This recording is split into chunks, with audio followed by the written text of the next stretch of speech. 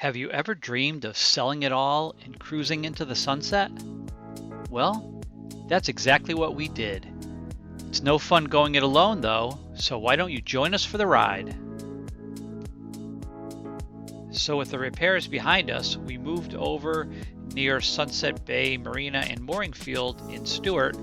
We anchored nearby because we had some friends staying there and we wanted to be close to the town of Stuart, go to the restaurants, and they have a lot going on, and supermarket nearby, etc. So the town of Stuart really has a lot to offer, and with a short dinghy ride it got us to the Riverwalk, which they built along the riverfront, which is super nice. And also on Sundays they have a nice outdoor farmers market. They built a pretty cool amphitheater there right next to the center of town, and there's free outdoor concerts on Sundays. So, major score at the Stuart Flea Market here. What do we have here? Florida stone crab, $14 a pound. Apparently they call these things floaters because they don't have as much meat as other ones, but normally $35 to $40 a pound, $14 a pound. Score, Pancake, score. So we were really enjoying this anchorage and had some friends over for some sundowners and beautiful sunset. And the stone crab was delish. Everything was going great until the next morning. A dinghy pulled up with a guy in it and he tapped on our boat, told us that we're on private property and we have to leave. What you talking about, Willis? Okay, so here's the problem. We're anchored in the center there with that red circle. To the left is the Marina's mooring field, and each boat on there probably pays $40, $50 a night to be on a mooring. And to the top there is a marina, and each boat probably pays $3, $4 a foot, so $200, $400 a night to be there. We're in a section between the mooring field and the land. They claim that they own it. We're trespassing, so we got to leave. Anyhow, the guy was super nice. I said, hey, can we just stay here one more night? He said, yep, no problem. So, we left without issue, and I can kind of understand that they want to kind of keep the area free. So that's what happened. So we left the next morning, and the first thing we did was actually stop at the Marina's fuel dock to fill up our water tank and also to empty our holding tank, which has all of our waste in it. And Lori had that fun job. Someone's got to do it. So one of the very cool things about Martin County, which Stuart is a part of, is that they offer a free pump out boat. You give them a call and they will come to your boat wherever it is, whether it's at a mooring or anchorage or behind your house, and they will pump out your waste for free. Very cool. So on the subject of waste, a question that often comes up is, where does Pancake go? Well, Lori purchased on Amazon a grass mat, faux grass mat, and put it on the boat, and within 3 days she taught Pancake how to use it. So that's where Pancake goes, and as you can see, we've masked Pancake's identity for her own privacy, but you get to see where she goes. So leaving Central Stuart, have to go through the old Roosevelt Bridge, drawbridge, and it's kind of tight and there's a lot of current, so it's a little bit nerve-wracking. So we have about a 1-hour ride today to the Manatee Pocket in South Stuart, Port Salerno area. We passed some nice houses along Sewell's Point, and also you can see why they call this the sailfish capital of the world when you look at all the sport fishers here. We anchored in the pocket and launched our dinghy, which is named Lulu, after nickname that Lori had as a kid and what I started calling her when we were first dating. If island time is our house, Lulu is our automobile, and Lulu takes us everywhere, and of course Pancake's paw prints are on it. being the fact that we haven't had a cocktail in a good 12 hours, we wanted to find a bar and some lunch. So Lori took the helm, and it's not very easy on a dinghy like this because you're pushing the outboard over in the opposite direction that you want to go, but Lori did a fine job getting us there. The boat dog always assumes her position up front, leading the way. Our first stop was a Twisted Tuna, where they have great views, a huge menu, and some excellent sushi. Then we hit up Shrimpers, which is right next door and has a great old Florida feel, kind of kitschy and rustic. Just hanging out at Shrimpers, and I see this sweet little tiki bar heading out. Pretty sure we could all have a blast on this sail lovey.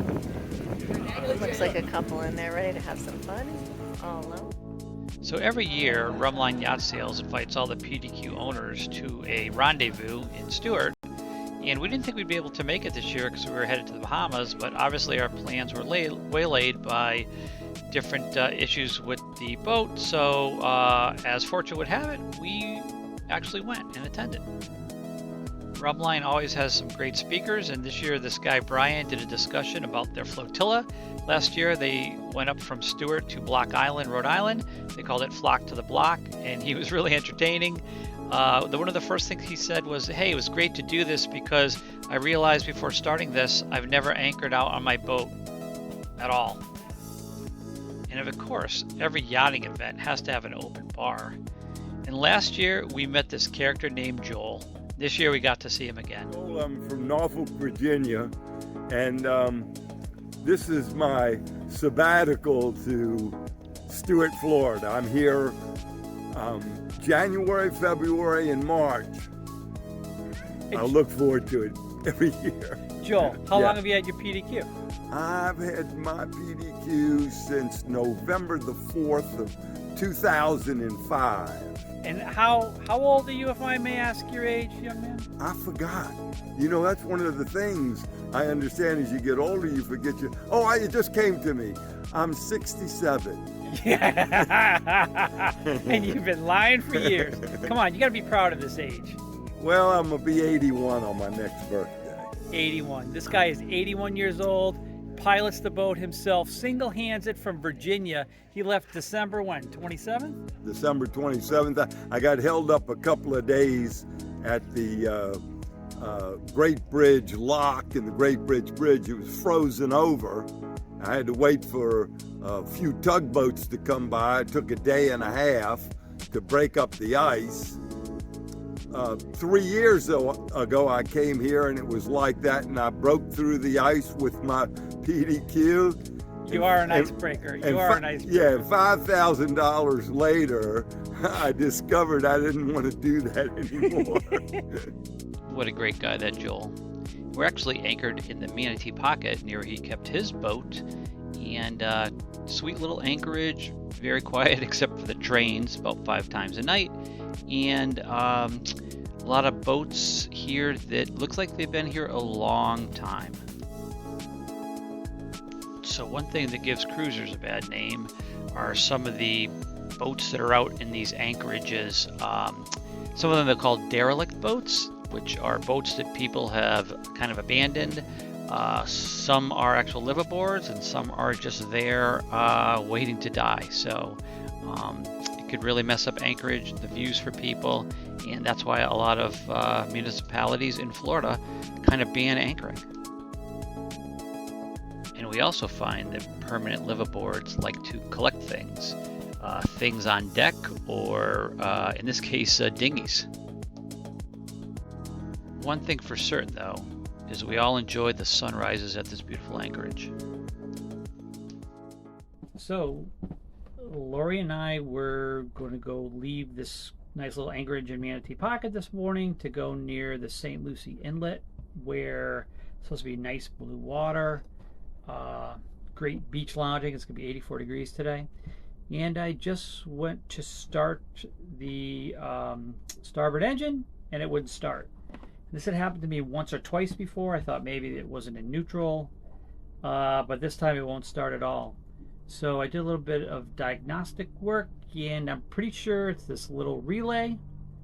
And as luck would have it, we have spare parts aboard, and a relay being a little mechanical switch, fed by electronics, I guess. We happen to have one, and I'm going to take a look at what it's going to take to install it. So thankfully the previous owner has left me with a whole bunch of spare parts. So let's see how this goes today. Hopefully we can get it done before day's end. Seems pretty easy, best I could tell. So when you wire it in, it's got this one wire, which is your ground wire, and that just goes in when you bolt it to the engine. These two bolts go to the engine. This wire comes from your ignition, so when you turn the key, it sends a signal down to this relay or switch, and there's two connectors here. One is to your battery and one is to the starter, and the idea is the ignition tells the switch to close, provides power across these two internally, and triggers your starter to turn on. So that's the best that my high school electronics provided. First time for me, so definitely far from an expert, but I could either wait and pay somebody a couple $100 an hour and take probably a week or two, or I could try and figure it out myself. So that's what I'm doing.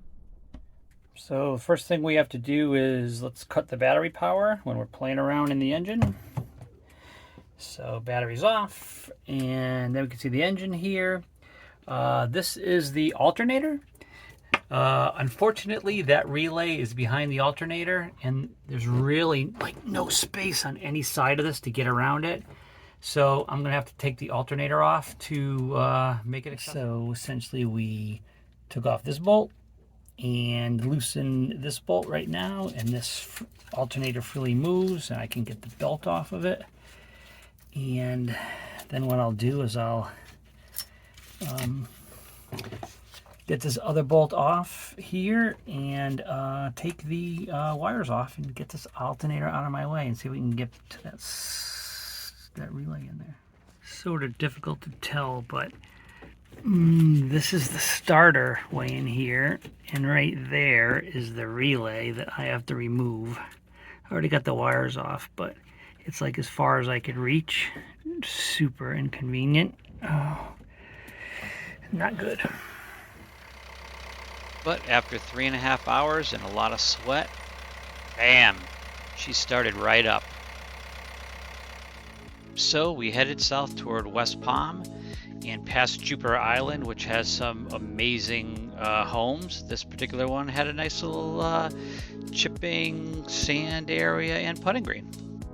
And the Coast Guard was out doing their job that day. They didn't stop us, but they stopped the boat right in front of us. There looked like about 10 people aboard. Not overloaded, but pretty full, and I'm sure they're checking for adequate number of life preservers. So typically the Intracoastal waterway could look kind of very murky and brown as you travel along it, unless you get near an inlet out to the ocean. And this particular one is the Jupiter Inlet, where the water gets absolutely beautiful, blue and clear. This is just a preview of coming attractions for the Bahamas. Coming into the port of Palm Beach, we got to see Jerry Jones, the owner of the Dallas Cowboys yacht. I think Bravo Eugenia is the name. Pretty impressive. Crew of 30, passengers 14, and I believe it's 320 feet or something like that. Super impressive. We picked up a nice little anchorage in West Palm Beach, really close to the city dock where we could bring our dinghy, and close to shopping, restaurants, and everything that you can want. But being so close to the city at night was when it was really impressive.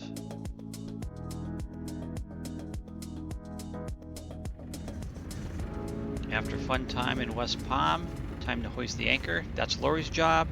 She cleans off all the muck that accumulates on the 100 foot of chain that we have out. Usually it's a big pain, takes about 15 minutes, but we're out of here. Our planned next stop was about 3-hour trip to Boca Raton, but our plans changed as you will see in the next video. So Pancake says, if you like this video, please hit like and subscribe to our channel. And you can even set up YouTube to give you notifications when our new videos come out. Thank you.